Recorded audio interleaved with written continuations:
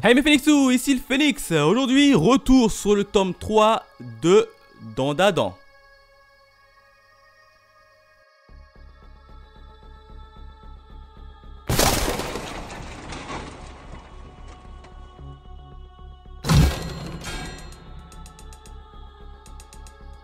Comme d'habitude, on va revenir sur la partie jaquette, jaquette qui est assez jolie, puisque cette fois-ci on a Okarun et Aira, un nouvel personnage qui fait son apparition sur la jaquette et dans le manga. Quatrième de couverture, on a le petit résumé de ce qui va se passer dans le tome avec un petit démon boxeur qui va également faire son arrivée dans ce manga. Petite page en couleur avec cette fois-ci Okarun et Momo qui tapent un peu la pose, qui est assez cool. Et derrière on a quoi?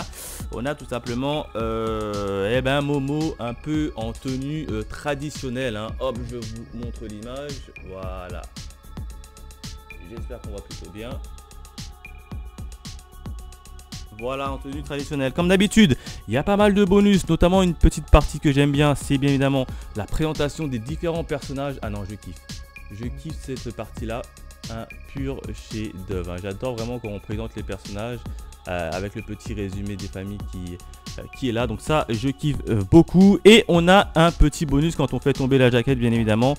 On a l'historique, enfin la vie du démon boxeur qu'on a vu plus tard. Et bien évidemment, l'acrobate à la chevelure soyeuse, qui est un esprit qu'on avait vu dans le dernier tome 2 et qu'on va voir un peu plus en profondeur dans ce tome-ci. Donc c'est plutôt pas mal. Et à la fin du manga, on a également deux petits bonus hors série, une sur la vie de la grand-mère de Momo et une autre sur Mémé Turbo en mode chat et ses mini-aventures. Donc voilà ce que je pouvais dire sur en termes de jaquette, en termes de bonus. Maintenant on passe directement à la partie review. Alors qu'est-ce qui s'est passé au niveau de ce tome 3? Et ben 3 événements. Le premier événement, j'ai envie de l'intituler, est un sacrifice. Et oui, pourquoi un sacrifice? Et ben on s'était arrêté lorsque nos chers petits, notre petit trio là, Momo, Okarun et Aira avait réussi à sortir du ventre de l'acrobate.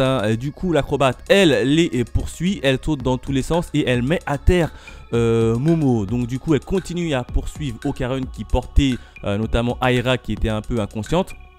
Et Okarun se fait également percuter par l'acrobate et envoie valdinguer à la fois Okarun et Aira par terre. Et du coup, t'as Momo, Okarun qui se relèvent et qui ont réussi leur coup, puisqu'en fait ils cherchaient tout simplement à emmêler les cheveux de l'acrobate un peu partout dans les différents poteaux. Du coup elle est prise au piège, elle peut plus vraiment bouger et là elle essaye de pouvoir s'en sortir et c'est Momo qui va utiliser son pouvoir pour essayer de la maintenir et elle va tout simplement demander à Okarun de lui foncer dessus. Okarun il y va, il lui fonce dessus avec une tête plongeante digne d'un coup de boule à la Zidane quoi. Et il le défonce complètement et puis elle est propulsée littéralement contre le mur, complètement évanouie. Et puis là tu as Momo et Okarun qui sont assez contents parce qu'ils ont quand même défait un esprit assez forte, assez puissante. Et puis tu as Mémé Turbo qui se retourne, qui dit hey, attention, votre amie Aira qui est inconsciente, et ben en fait elle est morte. Oh, directement elle est morte. Et puis là contre toute attente t'as l'acrobate qui se lève, qui voit Aira qui est morte, et pendant ce temps là t'as Momo et Okarun qui essayent de faire du bouche à bouche et essayer de la réanimer.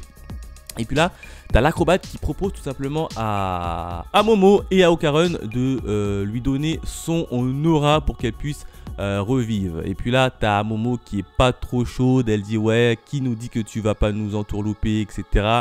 Et du coup pour prouver sa bonne foi, l'acrobate elle se casse littéralement la mâchoire.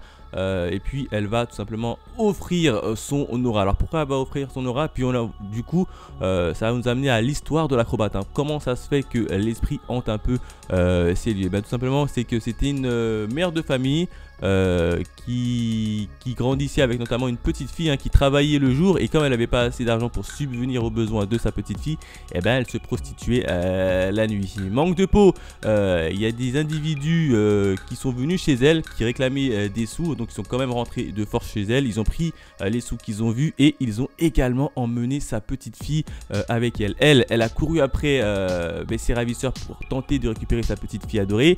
Manque de peau, les ravisseurs sont partis et puis on n'a plus jamais revu sa petite fille. À mon avis, elle a dû faire des échanges au marché noir, etc. Du coup, à la suite de ça, elle s'est suicidée, et vu qu'elle avait encore des regrets, elle est restée sur son âme est encore restée sur la planète Terre. Et en fait, si vous voulez, au travers de Aira, elle a revu sa petite fille. Donc c'est pour ça qu'elle a décidé de donner sa vie, de sacrifier sa vie pour permettre à Aira de revivre, et c'est ce qu'elle va faire. Ah oui, alors là il y a aussi un petit point où j'ai pas très bien compris, c'est que Aira, on nous avait expliqué dans le tome 2 qu'en fait elle pouvait voir les esprits grâce à les bijoux de famille d'Okarun qu'elle a trouvé. On est bien d'accord. Sauf que là, durant la petite histoire, on voit Aira étant petite, qui a vu justement l'acrobate en étant en mode fantôme. Donc ça voudrait dire que Aira avait déjà la capacité de voir les esprits étant plus jeune, et qu'elle l'a perdu en grandissant, et qu'elle l'a retrouvé grâce à l'utilisation des bijoux de famille de Okarun. Donc ça c'est un peu bizarre quand même, hein, puisqu'on t'explique clairement que Aira ne peut pas voir les esprits puisqu'elle est humaine, sauf grâce à l'aide des bijoux de famille de Okarun. Et puis quand elle était petite, elle a parfaitement vu, elle a même discuté, elle a même parlé au yokai en lui disant: oh désolé, je t'avais pris pour ma mère. Donc elle a vu le yokai de ses propres yeux en étant petite, et à ce moment là elle n'avait pas les bijoux de famille d'Okarun. Donc là j'ai pas très bien compris comment ça se fait que, étant petite, elle avait pu pouvoir voir les esprits. Elle a grandi, elle pouvait plus voir les esprits, mais ensuite elle a pu revoir les esprits grâce aux boules de Okarun. Petite incohérence pour moi, en tout cas là je n'ai pas vraiment compris cette partie, hein. N'hésitez pas à me dire votre avis sur ce point précis si vous avez capté la chose. On continue avec le deuxième événement, hein, où j'ai envie de l'intituler les sentiments. Et oui, à la suite de tout ça, t'as Aira qui s'invite un peu chez Momo et qui dîne tranquillement. Pendant ce temps-là, on a Okarun qui a enfin récupéré une de ses boules, hein, qui est recherchée. Et la façon comment ils l'ont remis dans son corps, elle était assez marrante parce que ça s'est joué un peu un petit match de baseball, hein, sous forme comique. Donc c'était plutôt pas mal. Du coup, on a Aira qui ressent de l'affection par rapport à Okarun, hein. Littéralement elle est devenue amoureuse de lui, et bien évidemment ça va un peu titiller Momo qui a également des sentiments mais qui ne lui a pas avoué, hein, et ça va un peu la travailler. Du coup ils vont se retrouver à l'école, et puis là Momo elle va tomber sur une scène un peu bizarre, puisqu'elle va voir tout simplement Okarun qui est couché par terre sur Aira, et puis évidemment Momo elle va s'imaginer des trucs pas très nets, et puis elle va en vouloir avec Okarun. Okarun il va essayer de s'expliquer, mais manque de peau, tout ça ne pourra pas se faire, puisque évidemment il va se passer un événement assez impressionnant, mais ça on va le voir dans la partie suivante.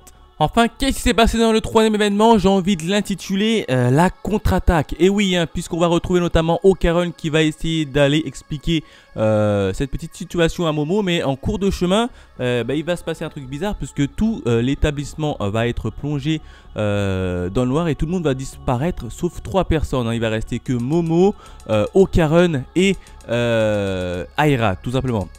Et puis là, on va voir Momo, elle va se faire littéralement attaquer par Nessie, hein, le monstre du Loch Ness qui va venir, qui va lancer un espèce d'ultra laser et qui va détruire la classe de Momo, hein. Du côté de Okarun et Aira, ça va tout simplement être un démon boxeur qui va s'en prendre à eux dans un premier temps, hein. Alors ils vont commencer à esquiver les coups, et puis là tu as Okarun qui va se transformer en mode mémé turbo pour aller affronter notamment le démon boxeur, mais contre toute attente ils sont plaqués au sol, hein. Okarun et Aira sont plaqués au sol, et là on voit qui surgir? On voit les Serpos retour des Serpos. Les Serpos qui en veulent toujours aux bijoux de famille de Ocaron. Il le plaque par terre et puis il leur dit nous on va récupérer tes bijoux de famille, hein, ça faisait longtemps qu'on s'était pas retrouvé. En même temps ils prennent Aira et puis ils disent mais qu'est-ce que tu fais là? D'habitude seulement les personnes au pouvoir psychique assez élevé peuvent venir dans notre dimension, et puis il la balance à côté en pensant que Aira n'était pas réellement une menace. Du coup, tu as Ocaron qui essaye de combattre les Serpos, mais manque de peau, il n'arrive pas trop à les battre puisqu'il maîtrise la télékinésie et en plus de ça, ils sont 3. Et ça va tout simplement être Aira qui va se transformer et qui va utiliser le pouvoir de l'acrobate. Et oui, hein, vu que l'acrobate à la chevelure soyeuse a donné son aura, elle est maintenant capable de se transformer en elle et d'utiliser ses pouvoirs. Du coup, maintenant qu'Aira sait se battre, ils vont un peu mieux se défendre. Alors Aira, elle va foncer sur le démon boxeur, elle va commencer à le prendre assez de vitesse, elle va l'envoyer valdinguer en haut, hein, tête la première contre le plafond, mais du coup il y a toujours la menace des Serpos, et les Serpos ils vont venir avec leur télékinésie, ils vont les plaquer contre le mur, ils vont notamment plaquer Aira contre le mur, et puis là ils vont se saisir d'Ocaron, et puis le démon boxeur il va revenir, il va donner et assimiler des coups dans le crâne de Ocaron, hein. Limite il était prêt à mourir, et ça va être Momo qui va intervenir grâce à sa télékinésie, notamment elle aussi elle maîtrise. Eh ben, elle va intervenir et puis elle va sauver Ocaron et Aira. Et à 3 ils vont combattre notamment les Serpos et le démon en boxeur. Mais contre toute attente, le démon boxeur va tout simplement se faire un peu rétamer, tout simplement. Et puis là, tu as les Serpos qui va voir ça, ils vont lui donner un petit coup de boost. Le Serpos il va venir, il va lui donner un petit coup de boost avec une petite aiguille. Et puis là, tu as la fusion du démon boxeur et d'un Serpos qui va se créer. Le démon boxeur va devenir nettement plus rapide. Du coup, tu as Momo et Aira qui n'arrivent pas à le suivre des yeux. Donc eux, ils sont out tout simplement. Et ça va être Ocaron qui va essayer de le plaquer, de battre notamment le démon qui a fusionné. Alors dans un premier temps il va plutôt bien réussir, mais ensuite ils vont tomber dans des espèces de flaques d'eau qui va se ramener d'un coup. Il y a un endroit où il y a pas mal d'eau, et puis ils vont se retourner et ils vont voir Nessie, le monstre du Loch Ness, qui va intervenir. Et puis là tu as le Serpos qui dit allez Nessie, ton boulot c'est de les buter. Et puis là Nessie elle se retourne et puis elle découpe en deux un Serpos. Alors Nessie, on n'a pas compris ce qui se passe, mais en tout cas Nessie elle bute tout le monde qu'elle voit, hein. Serpos ou pas, humain ou pas, elle les bute tous. Du coup les Serpos ils sont pas réellement contents, ils disent mais qu'est-ce que tu fais, tu dois battre les humains, pas nous. Du coup t'as le Serpos qui décide tout simplement de fusionner avec le Nessien. Du coup il y a 3 fusions, t'as le Serpos, t'as le démon boxeur et t'as le Nessie. Les 3 ils fusionnent et ils donnent un monstre assez surpuissant qui s'apprête à lancer un ultra laser sur notre trio, et c'est comme ça que se termine le manga. Voilà ce que je pouvais dire sur le tome 3 de Dandadan. Encore une fois un tome riche en rebondissements, pas mal d'action, pas mal de comiques, une petite rivalité amoureuse qui s'intensifie de plus en plus avec l'apparition d'Aira, et Aira qui sait également maintenant utiliser le pouvoir de l'acrobate à la chevelure soyeuse. Voilà ce que je pouvais dire sur ce tome là. En tout cas si je devais mettre une petite note, je lui aurais mis la note maximale, hein, 5 sur 5, parce que j'adore réellement ce titre et le tome 3 était particulièrement très bon. N'hésitez pas à me laisser vos avis dans les commentaires. Quant à nous on se retrouve très vite pour de nouvelles aventures. Allez, bye mes Phoenixous.